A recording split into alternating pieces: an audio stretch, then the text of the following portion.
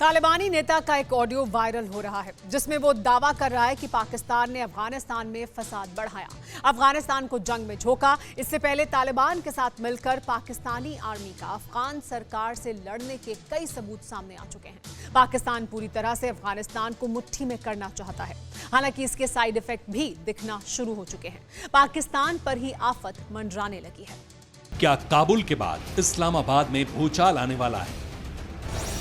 क्या तालिबान के फेर में इमरान के बुरे दिन शुरू हो गए? क्या पाकिस्तान पर अब अमेरिकी आफत टूटने वाली है?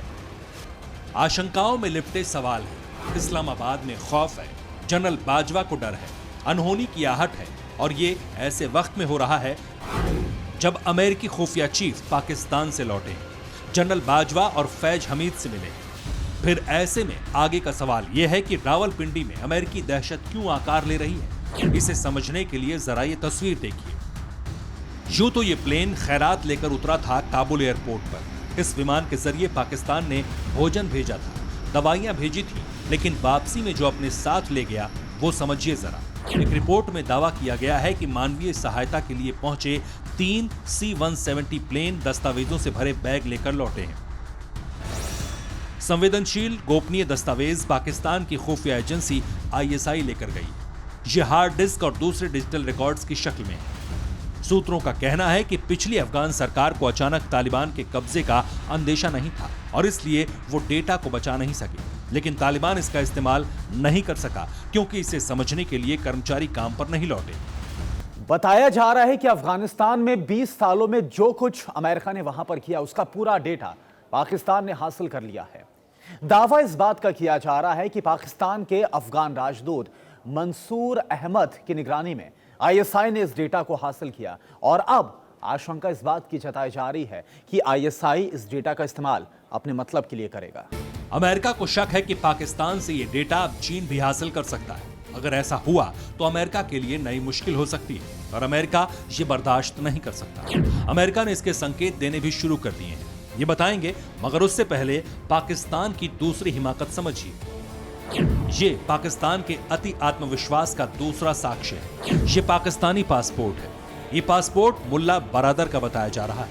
वही मुल्ला बरादर जिसे पाकिस्तान ने जेल में बंद किया था, जिसे अमेरिका के कहने पर छोड़ा था, जो अभी अफगानिस्तान का उप प्रधानमंत्री है।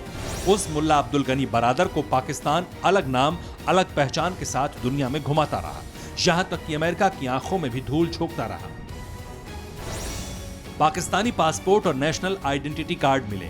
मुल्ला बरादर का पाकिस्तानी पासपोर्ट नंबर GF680121 है। बरादर का आजीवन पहचान पत्र 10 जुलाई 2014 में जारी किया गया था और इस पहचान पत्र में बरादर की जन्मतिथि का उल्लेख 1963 के रूप में किया गया है।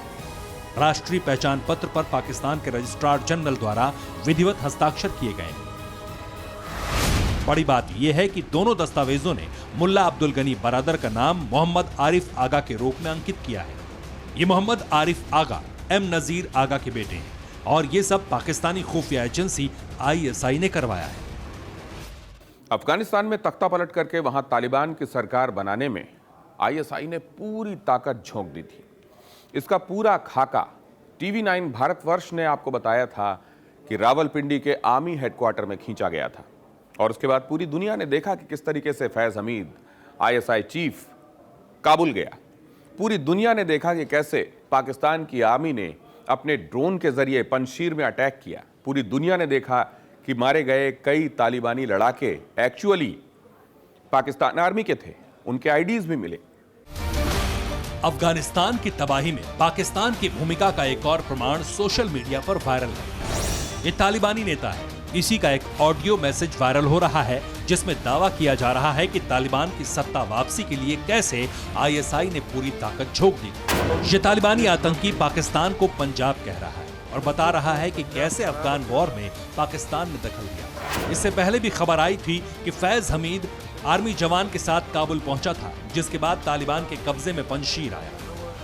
तालिबान सरकार को अपनी उंगली पर नचाने के लिए पाकिस्तान ने दोहा वार्ता को भी फेल कर दिया।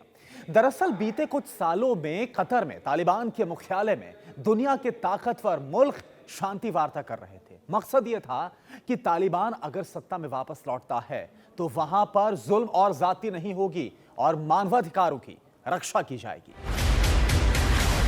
तालिबान के कुछ बड़े नेताओं के साथ मिलकर अमेरिका, रूस समेत ईरान जैसे देशों के जिम्मेदार अधिकारियों ने इस बात की भी सहमति कर ली थी कि अफगानिस्तान की जमीन से आतंकवाद और आतंकवादी देशों को कोई पनाह नहीं दी जाएगी। लेकिन दुनिया के तमाम देशों की गुजारिशों के बाद भी पाकिस्तान ने ऐसा खेल कर दिया कि तालिबान अपनी पुरानी राह पर ही चल रहा है। दोहा वार्ता में सबसे अहम भूमिका में जो तालिबानी नेता थे उसमें मुल्ला बरादर और शेर मोहम्मद अब्बास इस्तनकज़ई हैं। ये दोनों नेता तालिबान के खूनी सिद्धांत को त्याग कर शांति से सरकार चलाने के पक्ष में थे, लेकिन अचानक दोनों का कद सरकार में छोटा कर दिया गया। मुल्ला बरादर प्रधानमंत्री बनने वाला था, उप प्रधानमंत्री बनाकर छोड़ दिया गया। स्टैनिकज़ई को उनके कद के हिसाब से पोर्टफोलियो न देकर विदेश विभाग में उप मंत्री बना दिया गया। लेकिन पाकिस्तान की सोच पर चलने वाले मुल्ला हसन अखुंद को पीएम बना दिया गया, जबकि उनका कोई जनाधार भी नहीं।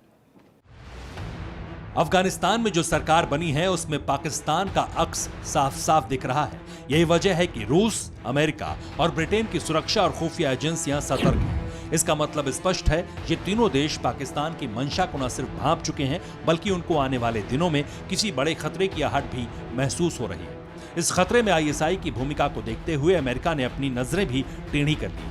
अमेरिकी विदेश मंत्रालय ने अफगानिस्तान में पाकिस्तान के रोल को लेकर कहा है कि तालिबान कैबिनेट से अमेरिका और दुनिया के देश चिंतित हैं, क्योंकि अंतर्राष्ट्रीय समुदाय को ऐसे कैबिनेट की उम्मीद नहीं थी।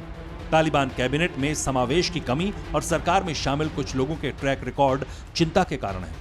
पाकिस्तानी पार्टनर्स से जो सहमति थी उसमें बड़े मसलों में अंतर दिख रहा है। जिस तरह तालिबान की नई सरकार में छटे हुए अंतर्राष्ट्रीय आतंकियों को शामिल किया गया, उससे अमेरिका नाराज है। अमेरिका इसलिए भी गुस्सा है क्योंकि उसका सारा अफगानी डेटा आईएसआई उठाकर ले गई है। यही वजह है कि पाकिस्तान पर अमेरिकी बैन का खतरा मंडराने लगा है। सूत्र बताते हैं कि पाकिस्तान पर अमेरिका प्रतिबंधों का प्रहार कर सकता है। हालांकि CIA चीफ के पाकिस्तान दौरे के बाद जनरल बाजवा को भी इसकी भनक लग चुकी है। यह वजह है कि आतंक का पैरोकार खुद आतंकग्रस्त होने का रोना रोने लगा। बाजवा ने दावा किया कि तालिबान राज में पाकिस्तान खुद महफूज नहीं है। बाजवा ने दावा किया है अफगानिस्तान में तालिबानी शासन के बाद पाकिस्तान में 64 लोग मारे गए हैं। मृतकों में 34 नागरिक और सुरक्षा बल के 22 सदस्य शामिल हैं। ज्यादातर हमलों की जिम्मेदारी तहरीके तालिबान पाकिस्तान ने ली है। हालांकि अमेरिका हकीकत जानता है। अफगानिस्तान में तालिबान का आक्रामक पैरोकार बनकर पाकिस्तान अपना मुखौटा अपने हाथ से उतार चुका है। इसलिए इस्लामाबाद में भी अनहोनी की आशंका है। डर है कि अमेरिका कड़ी कार्रवाई कर सकता है, क्योंकि इससे पहले पाकिस्तान अमेरिका को न सिर्फ एयरबेस देने से इनकार कर चुका है, बल्कि इमरान खान से लेकर तमाम नेताओं ने अमेरिका के खिलाफ खुल्लम खुल्ला बयानबाजियां भी की थी। अब जब मौका मिला है तो पाकिस्तान पर एक्शन का खतरा बढ़ गया है। Bureau report, TV9 Bharatvarsh. अड़ी सोमवार से शुक्रवार शाम 6 बजे सिर्फ TV9 भारतवर्ष पर।